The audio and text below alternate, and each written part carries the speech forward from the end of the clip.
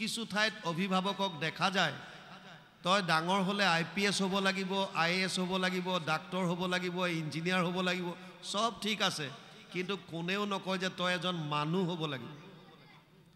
মোৰ ৰঙিয়াত পোষ্টিং থাকোঁতে নলবাৰী ৰেলৱে ষ্টেচনত এগৰাকী বৃদ্ধা মহিলাক ৰেলৱে পুলিচে উদ্ধাৰ কৰিছিল আৰু খা খবৰ কৰি গম পালে দক্ষিণ ভাৰতৰ এজন চিফ জাষ্টিছৰ মাক বৃদ্ধা অৱস্থাত আনি নলবাৰী ৰেলৱে ষ্টেচনত নিজৰ পিতেকে এৰি থৈ গুচি গৈছে।